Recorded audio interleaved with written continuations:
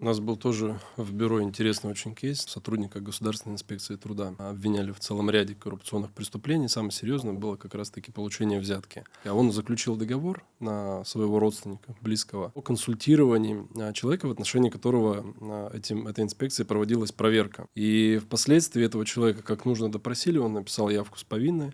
Вот его освободили от уголовной ответственности и обвиняли в том, что якобы под видом этого договора, под видом платежей по этому договору оказания консультационных услуг получал взятку, да, продолжаемо, там, разбив ее, там, по-моему, на полгода. В суде мы предоставили доказательства реального оказания услуг по этому договору. И предоставили переписку в мессенджерах, привели свидетелей, которые подтвердили, что действительно он по этому договору лично оказывал услуги. Тогда у суда встает вопрос, а как с этим быть? И вот, собственно говоря, произошел как раз-таки компромиссный приговор.